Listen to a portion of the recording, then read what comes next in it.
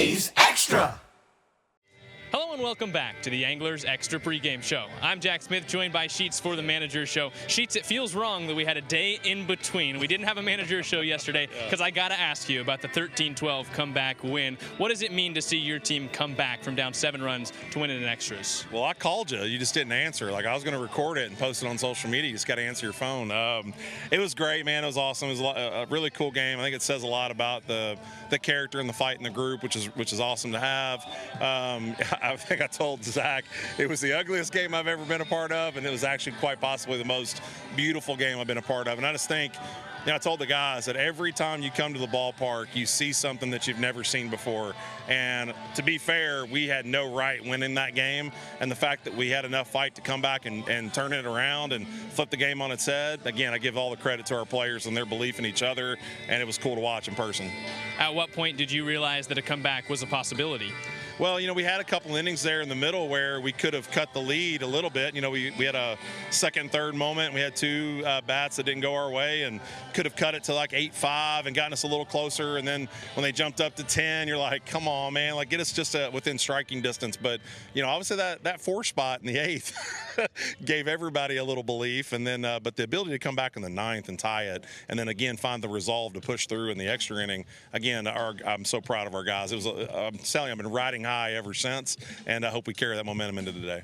Campbell Smithwick at the walk-off, and after the game he told me that the reason he felt like you guys were able to complete the comeback was because you're always having fun. As someone that's preached to me that all season, what does it mean to you to hear that? Yeah, no, if you'd have seen me at 3 o'clock in the morning watching those videos on my couch, I smiled like I've never smiled before, because that's all we're trying to get them to do is just realize, man, when you play like a bunch of 12-year-olds at the wiffle ball field, you're going to be at your best. And I think what it does is it lets them separate from all the external stuff that's going on and the pressure and the stats and the draft and the scouts, and it gets you completely away from that, and it keeps you forward and it keeps you focused on just having fun.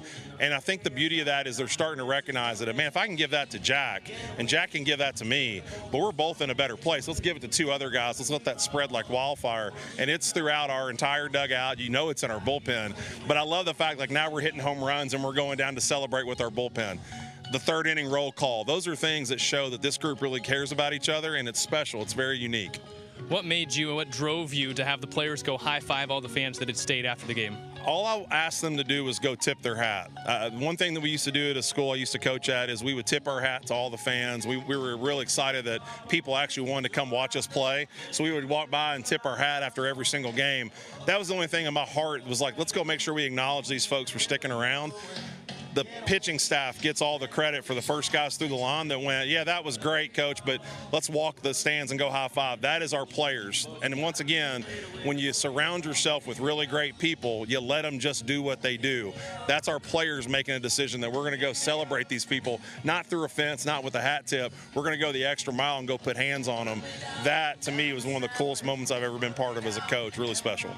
Jack Smith hanging out here with Sheets on the Manager's Show. Coach, you finished the first half of the Cape League season right where you started it here at Spillane Field. How would you caption your first half of Cape Cod baseball? Man, like anything, when you got that growth mindset, I've learned a lot. I have been very curious. I've asked a lot of questions. I've taken a lot of notes. I've watched. I've observed, and I've learned a lot about the league. And I hope that I'll learn a lot more in the second half. But what's great is I'm really enjoying my time in the dugout with the kids. That mattered to me more than anything.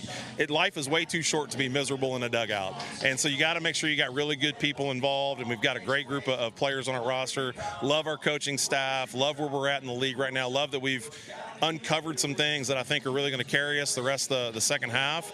But more than that, I'm really happy with where we are in terms of how we're rebuilding the culture and the environment around the team inside of a great organization at Chatham. And the best way to put it, like I told our president this morning, it's just year 1, man, and we're just getting started. Sheets hopes it's year 1 of many here in Chatham as the Anglers take on the Gatemen here in Game 20 of the Cape League season. Sheets, thanks again for the time. Appreciate you, Jack. Thank you.